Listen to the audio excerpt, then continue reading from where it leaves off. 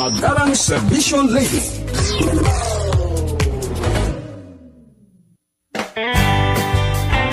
Health and Travel at Serbisyo Publiko. Serbisyo Publiko with Dr. Hilda C. Ong. Ang programang tunay na serbisyo publiko na nakaka-touch ng puso. Health and Travel at Serbisyo Publiko. Ang programang tunay na serbisyo publiko na nakaka-touch ng puso.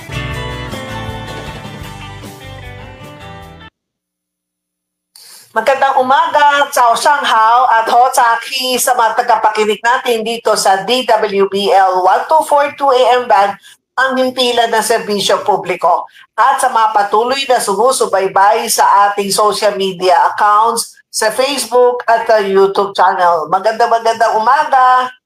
Ang iyong agarang serbisyo lady, Dr. Hilda Ong, ay lubos na nagagalak na muling maging kabahagi ng iyong umaga o anuman oras kayo dyan sa inyong kinaroroonan. Masaya ako makapaghatid muli ng tamang impormasyon, tamang serbisyo at inspirasyon.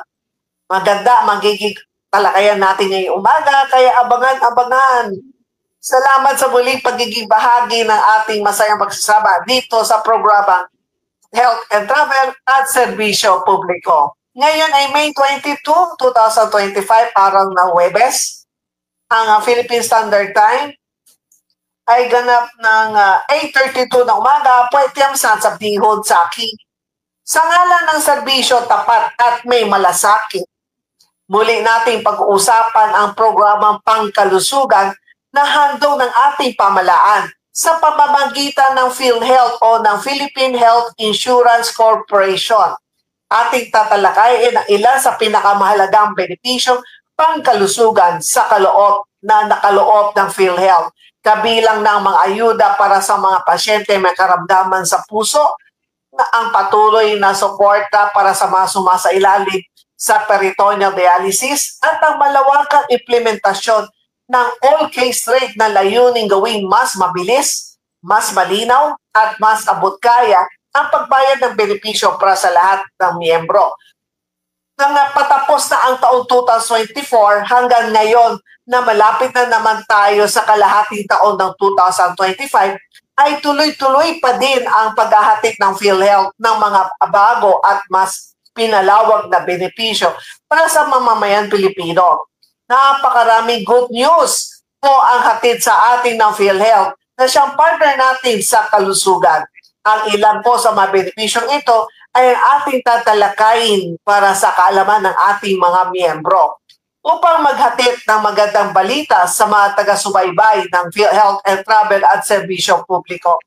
Na itong ating panauhin ngayong umaga ang acting Vice President ng Corporate Affairs Group ng PhilHealth. Walang iba. Siya po si Sir Ray T. Balenya. Magandang umaga, Sir Ray.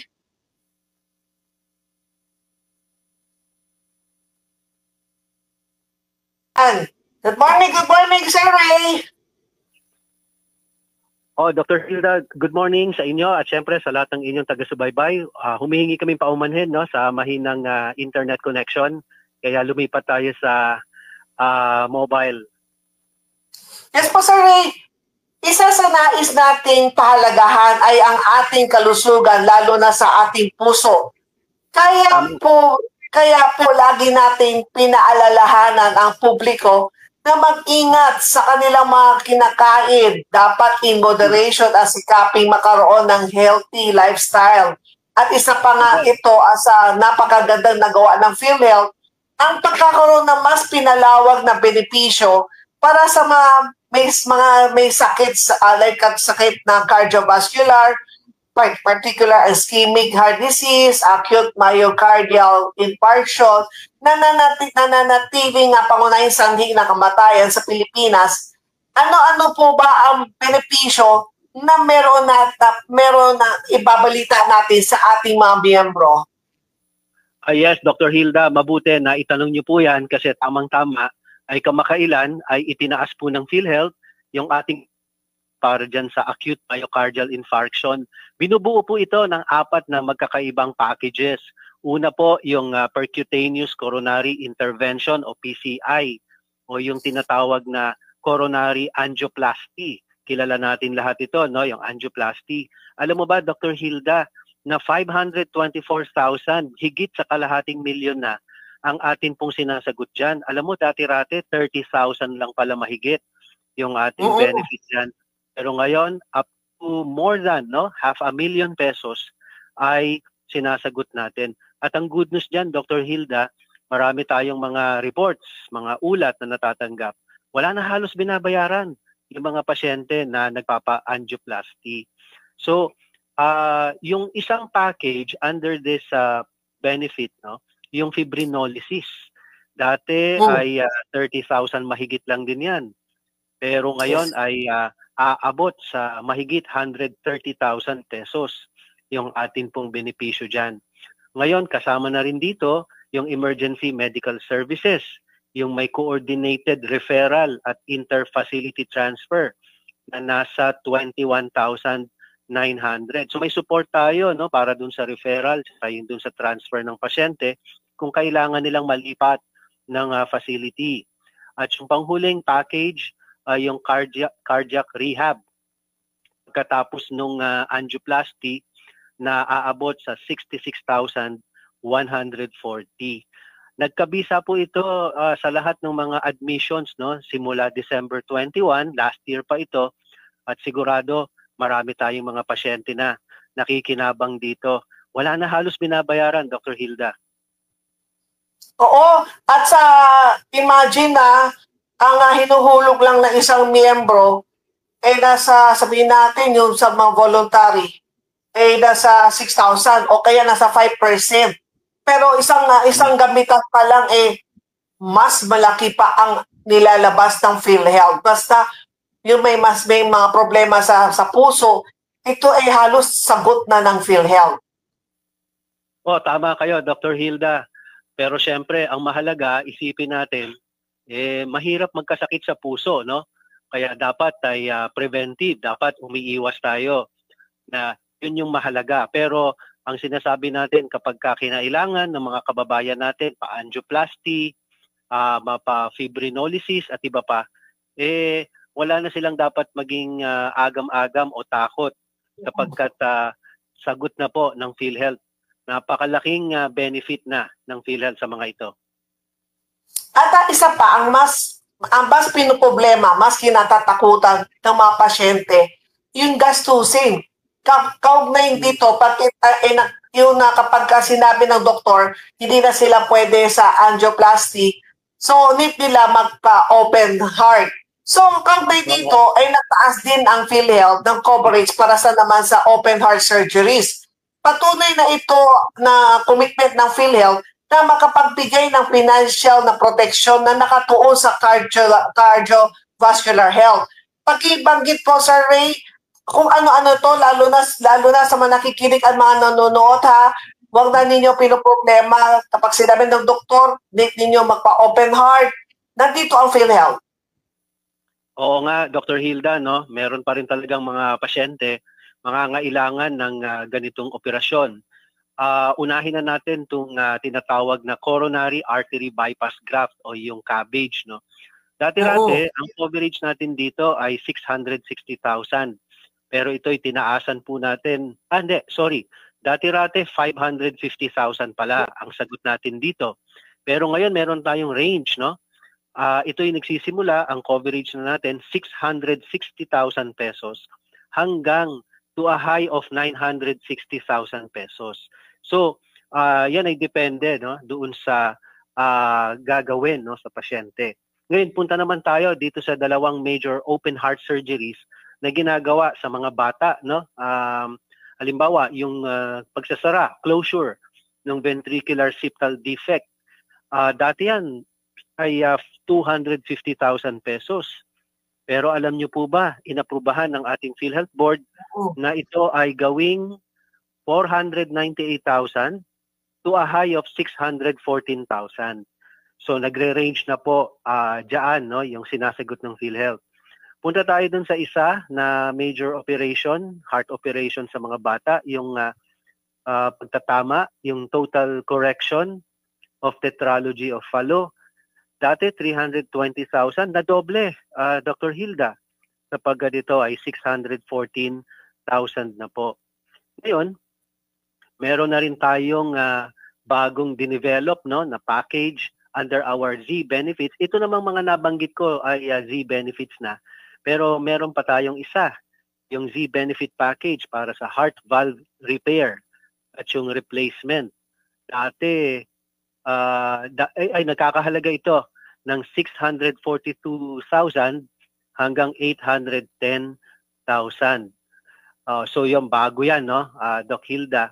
Kasama na rin dito po yung package natin for cardiac rehab na nagkakahalaga ng 15,000 at 6,500 para sa mga adults, 15,000 kung adults at 6,500 naman kung mga bata, yung atin pong mga pasyente.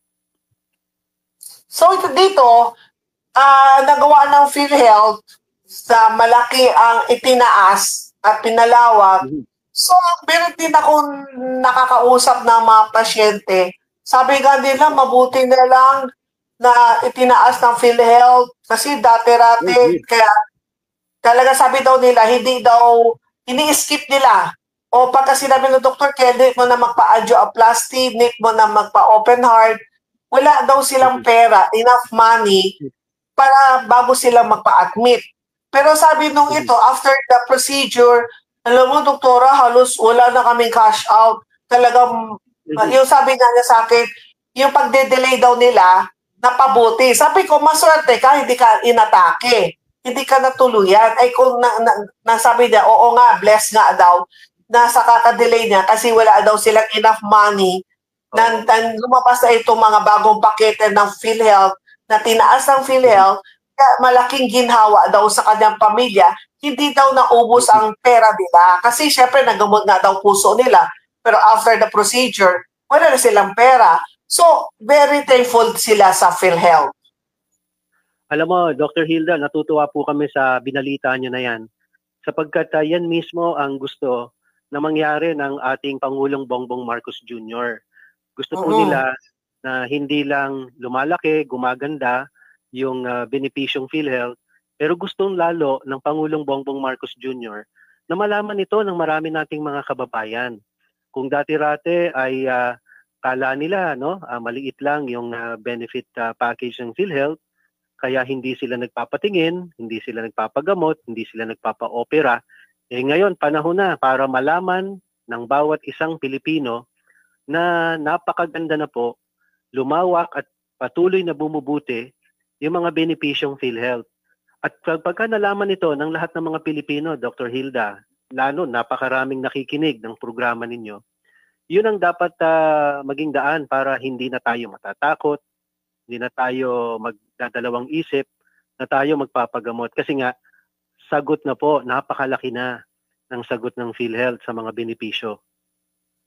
Yes, lalo na ngayon, wala kayong mga miyembro po ng PhilHealth wala na po kayong sasabihin na dahilan sa akin na doktora, wala ako pang bayad sa konsultasyon, wala akong pera pang chest x-ray o magpa-ECG o laboratory. Kaya ang PhilHealth ay meron ding konsulta, mapakonsulta kayo, libre pa. Dito malalaman kagad kung meron kayong sakit sa puso, maagapan dahil sabihin man na may nakita may problema ka sa puso, andyan ang mga pakete ng PhilHealth na tutulong pa rin sa iyo, at least naagapan. Nabanggit nyo yung konsulta. Kanina nabanggit na natin, mahalaga yung prevention, mahalaga yung early detection. Tamang-tama, nabanggit nyo yung konsulta. Talagang napakahalaga po nito, Dr. Hilda. Kasi sa konsulta, binabayaran ng PhilHealth yung libreng check-up, no? Pati yung laboratorio, nabanggit nyo kanina yung mga x-ray, ECG, no? Yes. Iba pa. Libre yan, no? Basta talaga kailangan ng pasyente at nirekomenda ng doktor. At sa konsulta, idagdag ko na rin, Dr. Hilda, libre din yung mga gamot, no? Kasi yung iba, ini-skip yung pag-inom ng maintenance medicine kasi walang pambili. Walang pambili para sa high blood. Walang pambili para sa diabetes. May hika, walang pambili. Sa konsulta po, libre po yan, no? Kaya nga natutuwa po kami sapagkat unti-unti, no, yung mga malalaking ospital, nakita po yung halaga na meron na rin silang konsulta clinic, meron na rin silang konsulta na facility. para kumbaga maging holistic na talaga yung approach natin. Hindi lang curative, kundi pati yung agap, yung prevention. Yes po, Sir Ray, natatandaan mo before, kapag meron tayong mga press conference, di ba lagi ko dinadaing, bakit ang PhilHealth lagi na lang kayo nakatutok sa mga may sakit na lang? Bakit wala yung, like sa amin, wala pa kaming sakit? Bakit wala kayong mga pakete sa pang-check up? Bakit hintay pa namin magkasakit? O kaya naman, karamihan, mga benepisyo binibigay ng PhilHealth ay sa mga government hospitals. Ngayon, wala na akong masabi. Yung lagi kong dinimension, paano kami as media practitioner? Siyempre, alam naman iba, walang income. Ngayon, meron na itong libreng konsultasyon. Tama, Dr. Hilda. At kung wala ka nang masabi, siguro ang next na lang nating sabihin paulit-ulit sa mga kababayan natin, magpakonsulta na po kayo. Hanapin nyo na yung consulta package provider na malapit sa inyo. Parehistro kayo doon at doon na kayo magpunta para ma-check up na po kayo. At kung may sakit naman, magpagamot na, huwag matakot kasi yun nga, sagot po kayo ng PhilHealth. At Sir Ray, ang isa pa, nabalitaan namin na ang benepisyo naman sa benefits for peritoneal dialysis. Ano naman ang kahalagaan nito para sa mga miyembro natin na nagpapadialysis at magkano ang benepisyo inilaan ng PhilHealth? Well, mahalaga yung benefit package na ito, no, doon sa mga pasyente na merong chronic kidney disease stage 5, yung malubhang sakit na sa bato, no. At isa po ito sa option ng mga may sakit sa bato, yung pong magpa-peritoneal dialysis. Kasi ang kagandahan po nito, yung pasyente mismo ang nag-a-administer ng kanyang dialysis, ibig sabihin, pwede niyang gawin ito kahit nasa bahay, kahit namamasyal o pumapasok sa opisina. Sakop po nitong ating Z-benefit for peritoneal dialysis, ito pong continuous ambulatory peritoneal dialysis o CAPD para sa mga adults at yun namang CAPD at automated peritoneal dialysis para naman dun sa mga batang pasyente. Dun sa mga adult patients, yung atin pong benepisyo, nakaset po yan sa 389,640, saktong-sakto at 510,140. So may dalawang set of amounts, Dr. Hilda, depende po yan doon sa kinakailangan na PD solution ng pasyente kada araw. Tumaas po yung package na to hanggang siguro mga almost 90% mula sa dating 270,000 a year. Sipin nyo, dati 270,000 a year. Kala natin malaki na yon. Pero hindi pa rin. Nung ni-review na natin, tumaas pa to as high as 510,000 mahigit. Samantala po, yun namang para sa mga batang pasyente, yung ang kanilang CAPD nakaset naman sa 510,000 at 765,210. So may dalawang separate amounts yan, habang yung coverage naman nila para sa yung automated peritoneal dialysis, palagay ko ito yung ginagamitan po nung parang may machine, ano? Parang aparato, 763,000 hanggang 1.2 million. So babayaran din ng PhilHealth yung pong exit site infection at yung peritonitis prevention care. So ito po ay maaaring ma-avail sa alinman sa mga 51 na mga accredited na PD providers sa buong bansa. Ito naman nagkabisa, Dr. Hilda, noong sa pagsisimula ng taong 2025, January 1. At ang isa pang magandang anunsyo ng PhilHealth ay formal na inalis ang 45-day annual benefit limit rule ng PhilHealth. Ibig sabihin, 45 days lang nila magagamit. Pwede po paki-share sa mga, siyempre sa mga yung in and out sa ospital o lagi ginagamit nila ang PhilHealth nila. Itong inalis ang 45 days. Isa pa yan sa good news, Dr. Hilda. Dati-rati kasi meron tayong policy na meron lang limit in terms of days, no? Yung atin pong bawat miyembro, 45 days kada taon. Ngayon, ang gusto nating sabihin sa lahat ng mga kababayan natin, lahat ng nakikinig po sa inyong programa, wala na po ito. Wala na hong 45-day benefit limit. At ngayon, ibig sabihin ay hanggat kailangan magpagamot ng pasyente. Kasi may mga pasyente po na talagang magre-require ng paulit-ulit, pabalik-balik sa ospital, no? Paulit-ulit na gamutan. Ito ay good news lalo na sa mga ganong pasyente. So, meron kasing mga medical condition at may mga may mga conditions, no, na talagang hindi dapat malimitahan sa 45 days. Ngayon, syempre hindi sakop ng policy na 'yan. Yun pong dialysis. Kasi sa dialysis naman ay sagot natin yung lahat ng kanilang buong taon na pagdadialysis, 156 sessions. So, baka naman isipin nila, o yung mga nagdadialysis, kawawa naman. Hindi ho, no? Hindi po sakop ng bagong policy na ito yung atin pong pag-lift ng 45 days. So, nananatili 156 sessions pa rin ang sagot ng PhilHealth sa dialysis. O maliwanag yan, ha? Hindi yan sakop ng lifting of 45 days. Oo nga, yung 45 days sa mga pasyente may sakit, talagang kulang yon. So talagang ang PhilHealth, mga member, ramdam nila ngayon ang PhilHealth. Na ngayon di na nila sinasabi na sayang lang ang binabayad ko sa PhilHealth. Ngayon baliktad na. Yung binabayar ko sa loob ng isang taon, isang admission pa lang, more than pa ang nakukuha kong benepisyo sa PhilHealth. Well, tama po kayo, Dr. Hilda, no?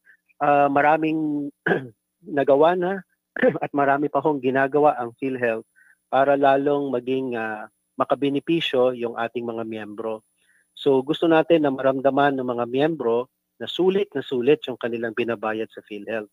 Siyempre, Dr. Hilda, ito yung gusto natin binabayaran, pero siyempre hanggat maaari ayaw nating gamitin, di ho ba?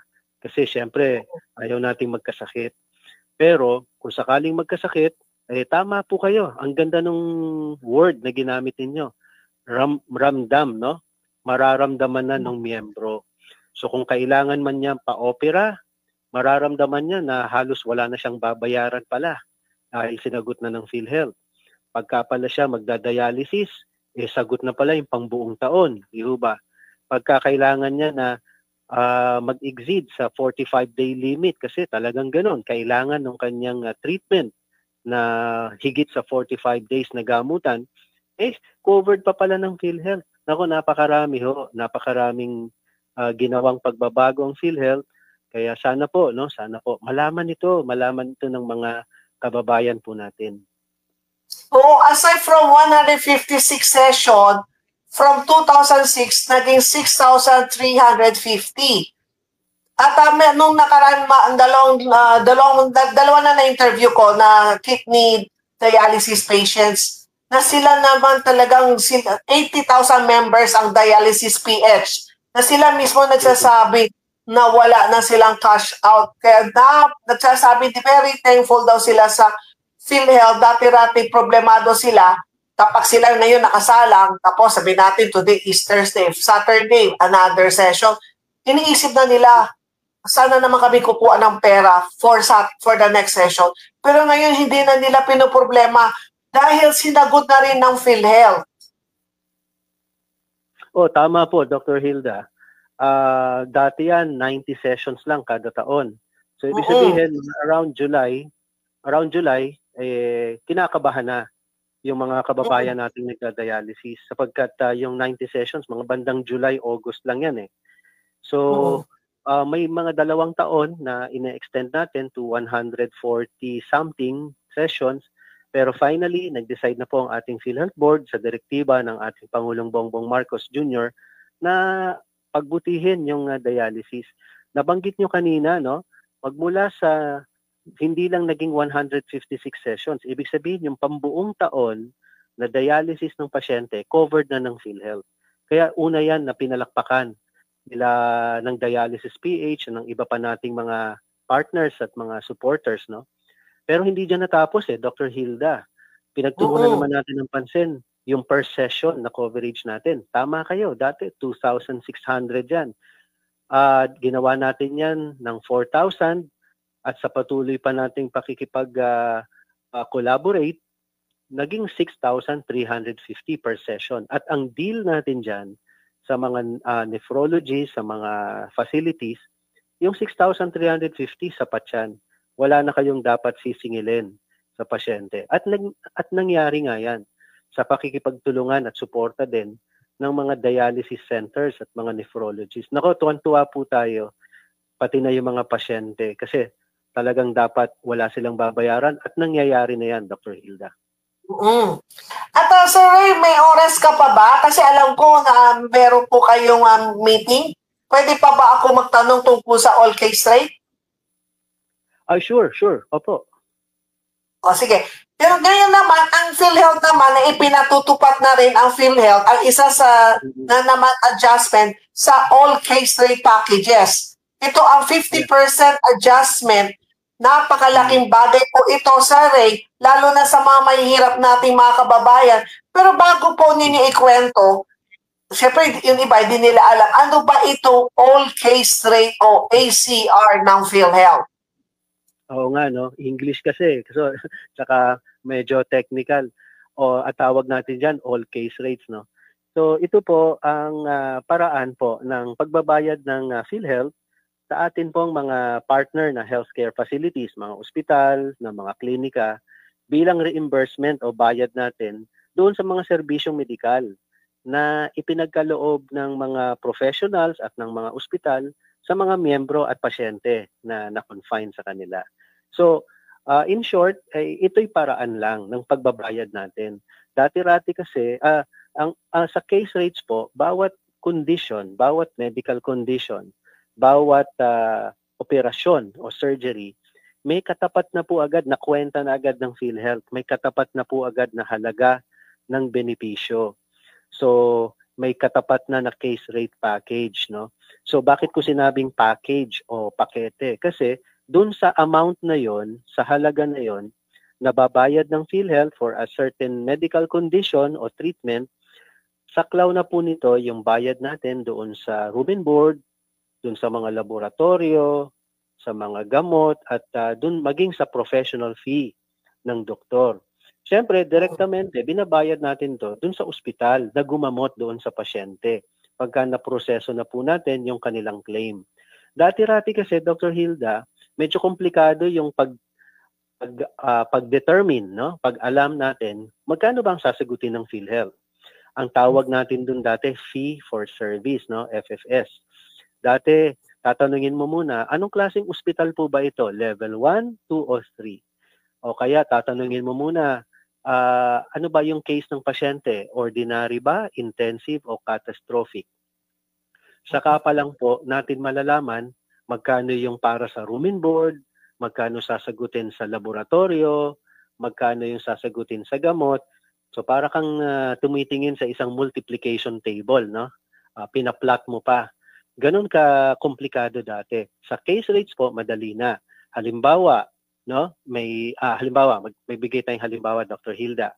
Halimbawa, ang sakit po ng pasyente, moderate risk pneumonia.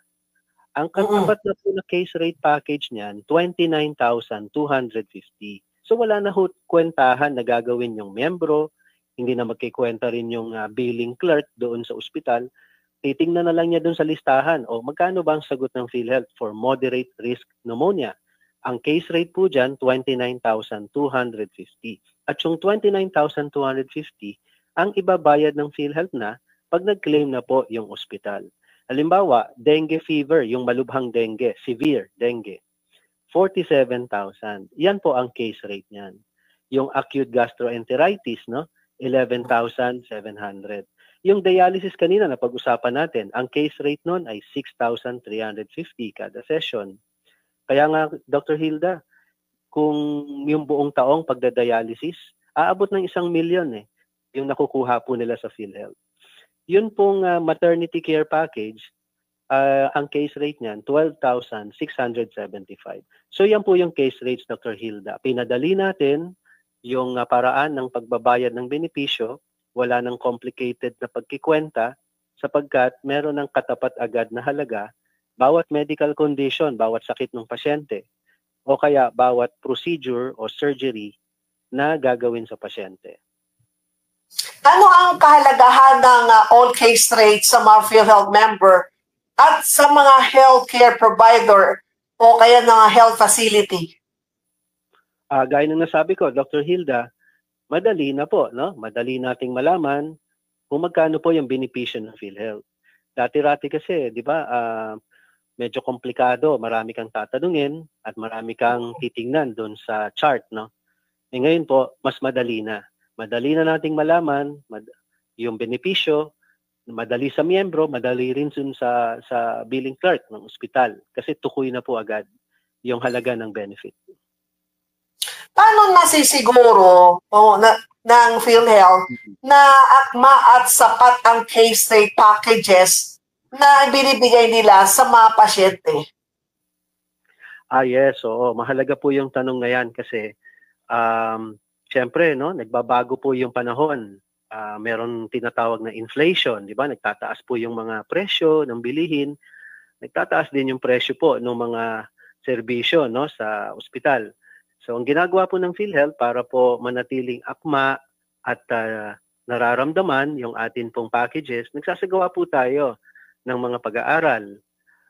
Tinitingnan natin yung mga actual costs ng mga serbisyo. Pagkatapos, nakikipagtulungan po tayo sa mga ospital at sa mga doktor at sa mga specialty societies. Kumukuha po tayo ng mga napapanahong datos ng kanilang magkano inaabot ng serbisyo nila at saka ng PF nila.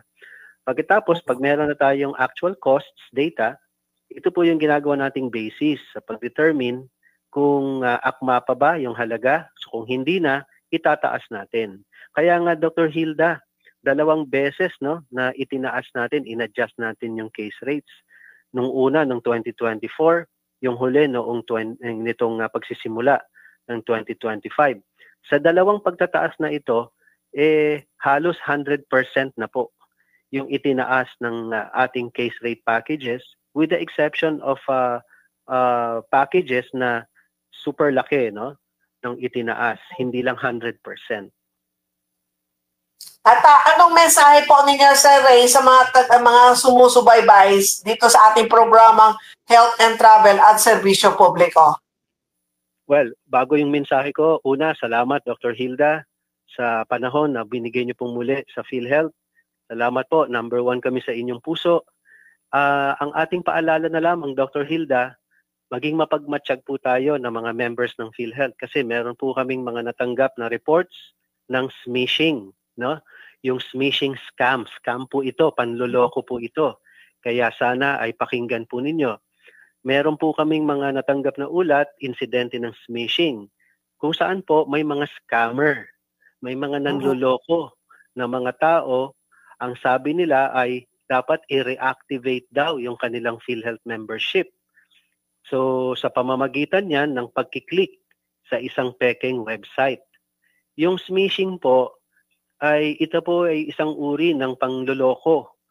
Gumagamit po sila ng text message na kunwari mula po sa PhilHealth. So ngayon po, nai-imitate na no? Kung kaya na nilang gayahin, kunwari sa PhilHealth nang galing yung text. Naku po, mag-ingat po kayo. Huwag po kayong basta-basta mag-click ng mga link mula po sa text, email o kaya social media na nagsasabi, kailangan mo i-reactivate ang iyong PhilHealth account. Naku po, mag-ingat po kayo. Huwag niyo pong i-click yung link na yon.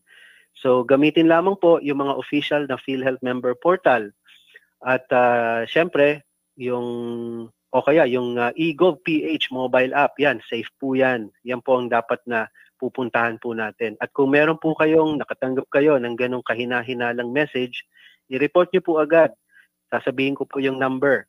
Itawag nyo po sa 8662-2588 o kaya i-email nyo po sa actioncenter@philhealth.gov.ph para po maimbestigahan natin.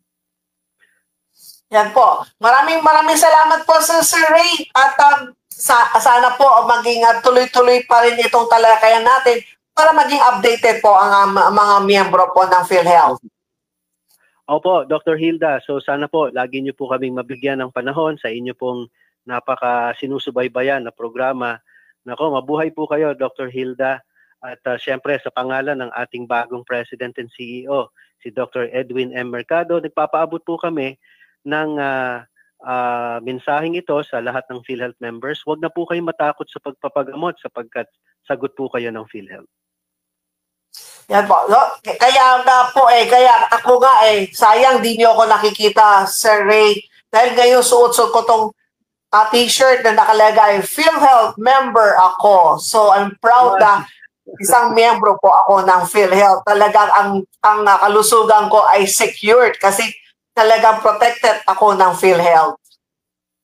Opo, Dr. Hilda, maraming salamat. Nako, alam namin kayo po talaga isa sa mga nangunguna na ambassador po ng PhilHealth. Yan po. Maraming salamat po, Sir Ray. Bibitawan na kita kasi alam ko kayo po ay meron pa kayong isang event na kayo po ang namumuno. Kaya bibitawan na po kita. Maraming salamat po, Sir Ray. Thank you. God bless po.